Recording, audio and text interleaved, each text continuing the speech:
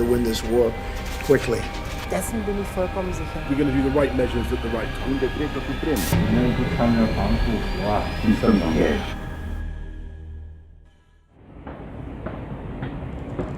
Alors on parle souvent de la propreté, de l'hygiène du Japon. Eh bien, je vais vous montrer un exemple très concret.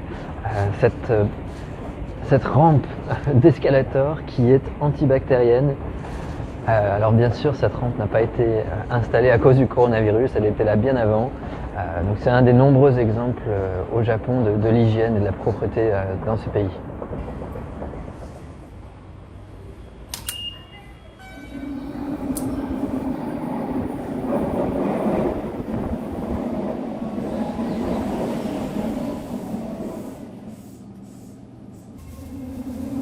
Dans les métros, vous voyez, tout le monde est assis à une distance, quand c'est possible, au moins un siège.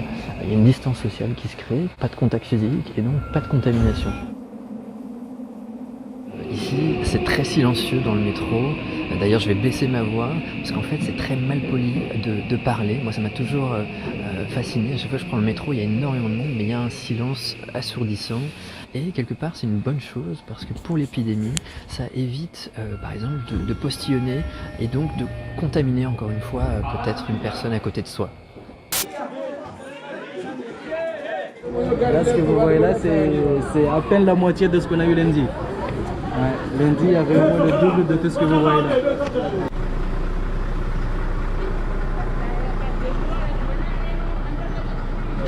À Mayotte, comme dans beaucoup d'endroits, dans ces cas-là, les gens ont tendance à faire des réserves. C'est pour cela qu'il y a beaucoup de gens qui attendent depuis ce matin à 5 heures. Là, il est 11 heures, donc ça fait 6 heures qu'ils attendent pour avoir une bouteille de gaz.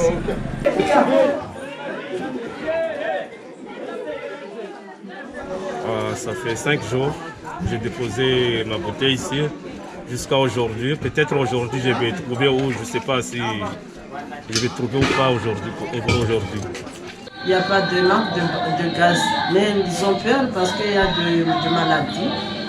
Il a peur que peut-être le mois de Ramadan, il n'aura pas de gaz.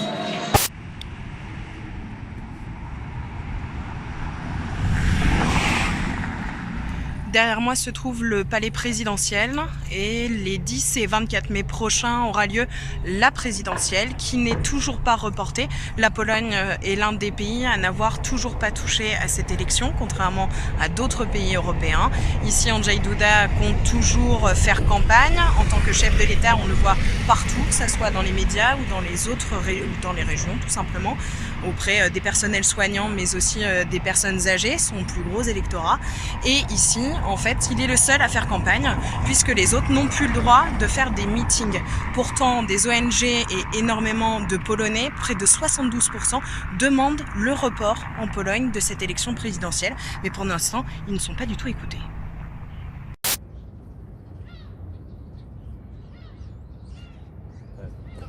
Je suis actuellement au parc d'Ueno qui est en plein cœur de Tokyo. Comme vous le voyez derrière moi, c'est la saison des cerisiers en fleurs, les sakura. C'est une saison qui est très importante pour les Japonais. Cette année, il n'y a pas de touristes, mais les Japonais sont venus la célébrer quand même en grand nombre, malgré les recommandations du gouvernement qui demandaient aux Japonais de ne pas se rassembler dans les parcs dû à l'épidémie. Ici, c'est une tradition qui est très importante, celle des hanami, c'est-à-dire organiser des pique-niques entre amis, entre collègues, au pied des cerisiers. C'est vraiment au cœur de la culture japonaise. Et là, en ce moment, on est un jour de semaine, donc il y a un peu moins de monde, mais il y a quand même beaucoup de Japonais qui sont venus admirer les beautés des cerisiers en fleurs.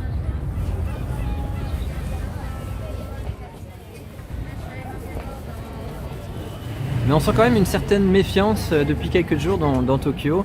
Il y a eu le report des JO et juste après, la gouverneure de Tokyo a annoncé un confinement volontaire pour la ville pour le week-end dernier. Il y a donc une méfiance un peu grandissante et le nombre de cas a augmenté, particulièrement dans la préfecture de Tokyo. Alors ici dans le quartier d'Asakusa, on voit un petit peu les stigmates de cette inquiétude, puisque juste à côté de moi, il y a un bar karaoké qui au départ n'acceptait pas les étrangers, les clients étrangers, parce qu'ils avaient peur de contamination au coronavirus. Et bien maintenant, il a tout simplement décidé de fermer.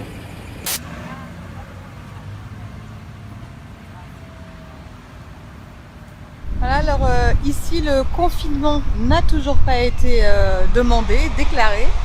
On demande simplement aux gens de faire attention. What do you think about the situation right now in Australia with the virus? Just stand back a bit. Oh, yeah, also sorry. That's what I think. I don't know. I don't really have any thoughts.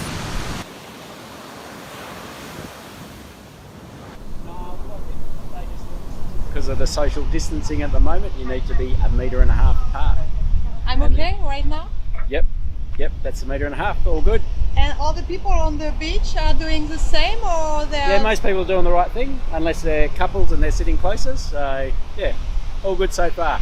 And no one's drowned. Ben ici, les gens continuent de sortir, les gens continuent d'aller à la plage et continuent surtout d'aller surfer parce que ça fait partie des choses essentielles. Donc je suis en train d'arriver au tribunal de Créteil. Il est là. Je vais rejoindre Sévim Kazé, c'est une amie qui est avocate commise d'office aujourd'hui en comparution immédiate. Et toi, en ce moment, tu as beaucoup de permanence ou c'est un peu réduit quand même? C'est réduit, c'est vraiment réduit. On se rend compte qu'il y a un réel impact du confinement. Voilà. Alors, on a 1, 2, 3, 4, 5, 6 dossiers. Et alors, c'est par rapport à d'habitude, c'est... Alors, c'est vraiment très très peu de dossiers. Violence sur conjoint. Le fait d'être confiné et à la maison, ça provoque des agacements. D'accord. Et on n'est pas du tout étonné qu'il y ait voilà, des violences entre conjoints. Alors là, on n'a que ça. Aujourd'hui, c'est que des violences. D'accord. Non, ils ont bien choisi les cas qui allaient c'est ça, je pense qu'ils ont vraiment trié sur le volet ce qui allait être déféré ou pas. Un dossier, c'est quoi Alors moi, c'est un dossier de violence conjugale classique D'accord. entre un conjoint et son épouse. Sauf que ça se passe au domicile, devant les enfants. Étant donné qu'on est en période de confinement, le risque il est double et l'enjeu il est majeur parce que là, par la détention, si on ne trouve pas un autre hébergement, en tout cas que son domicile, ça va être compliqué. Voilà. Donc on veut vider les prisons, mais en même temps, là, il n'y a pas trop d'alternatives. Ok.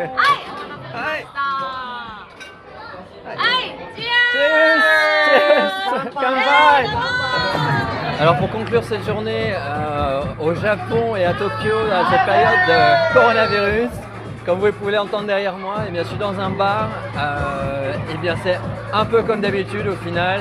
Tout le monde est là pour s'amuser, jouer aux fléchettes, pour boire de la bière. On dirait vraiment pas qu'on est en période de coronavirus. Est-ce que c'est de l'insouciance? On va voir, on va essayer de trouver des gens avec qui discuter.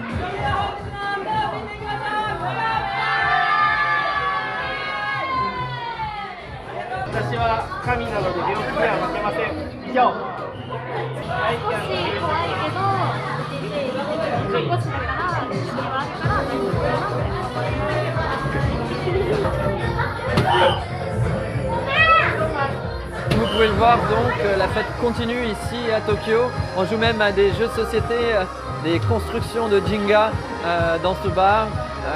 Le coronavirus n'est donc pas présent à Tokyo, du moins pas dans les mentalités.